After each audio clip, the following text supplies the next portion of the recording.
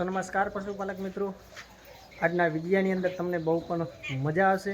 એટલે ખરેખર પશુપાલક મિત્રો કે આપણે ગાય અથવા ગાભણ હોય છે અને કેટલો ટાઈમ પાણી પાવાનું, કઈ રીતની પ્રોસેસ હોય છે એ વિશે સંપૂર્ણ તમને માહિતી પણ મળી જાય।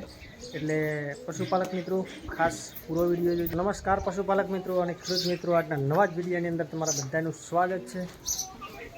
તો ખરેખર પશુપાલક મિત્રો અને ખેડૂત મિત્રો, હાલ આપણે ગાય એક હીટમાં છે, જો કાબરી છે એટલે બીજદાણ કરાવવાનું છે।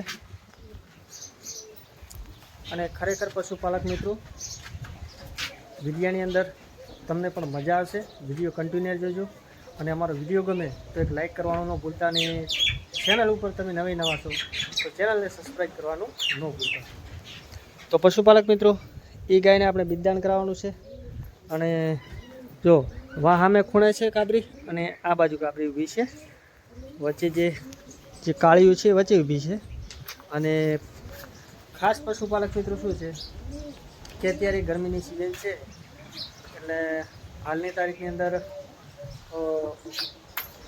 થોડુંક દૂધમાં પ્રોડક્શનમાં ઘટતું હોય છે, કારણ કે હજી ગરમી એટલી બધી નથી, પણ જ્યારે ગરમી પડવાનું દાબીની શરૂઆત થઈ જાય ત્યારે કોઈ પણ પશુ દૂધ કાપી નાખતું હોય છે। એના માટે પશુપાલક મિત્રો આપણે ખાસ કાળજી કરી રાખવાની છે કે તમારે જો ગમેન હોય તો ગમેનની અંદર જો આ રીતના પાણીના ટપ હોય તો ખાસ તમે જુઓ છો વિડીયોની અંદર કે જો અહીંયા પશુ જે આપણે ઘાસ ગમે તે અહીંયા કોરો સારો નાખતા હોય છે, સમજી લો કોઈ પણ કતર નાખતા હોય છે, તો અહીંયા બાજુમાં જ પાણીનું ટપ હોય તો પાણી જેટલું પશુને પીવે, જેટલી જરૂર છે એટલું જ પીતું હોય છે। અને આપણે બીજું શું કરતા હોય છે ખબર છે કે ખરેખર જે ટોકે લઈ જઈને પાવતા હોય છે ને, ત્યાં પશુ જ્યારે તરસું થઈ જાય ફૂલ અને પાણી પીને વધારે પડતું શું છે કે અત્યારે રાયડાનું ફોતરું છે અને અથવા બીજી ઘણી બધી રાજકરાની ફોતરી જે સાર હોય છે એ ખાય છે, તો બને છે કેવું કે વધારે પાણી પીવરાઈ જાય તો પશુ આફરો આવી જતો હોય છે। તો ખરેખર પશુપાલક મિત્રો જ્યારે પશુ એનો ટાઈમ થાય ત્યારે તમારે પાણી પણ પાઈ દેવાનું, કારણ કે વધારે તરસું થઈને આપણે પાણી પાવતા હોય છે ત્યારે પશુને તકલીફ પડતી હોય છે, એટલું પાણી પી જતું હોય છે। અને ખાસ મિત્રો એ ધ્યાન દેવાની જરૂર છે કે જે ગાભણ પશુઓ છે એમને ટાઈમસર પાણી જોતું હોય છે અને એમની લિમિટ પ્રમાણે પાણી જોતું હોય છે।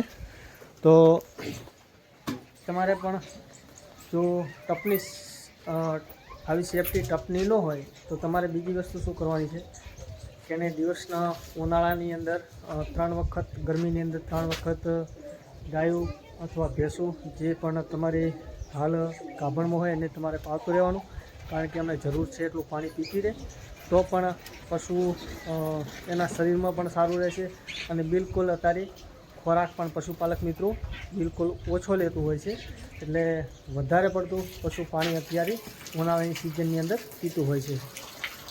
તો પશુપાલક મિત્રો જો આપણે જે આ વાસળી બાંધેલી છે ને, આને હાલ આપણે પાઈ દઈશું।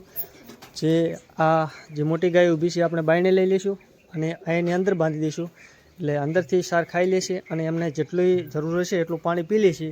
1 કલાક આપણે બાંધીને રાખશું। તો પશુપાલક મિત્રો અને ખેડૂત મિત્રો, અમારો વિડીયો આજનો કેવો લાગ્યો કોમેન્ટ કરજો અને વિડીયોની અંદર એક લાઇક કરવાનું ન ભૂલતા। જય માતાજી।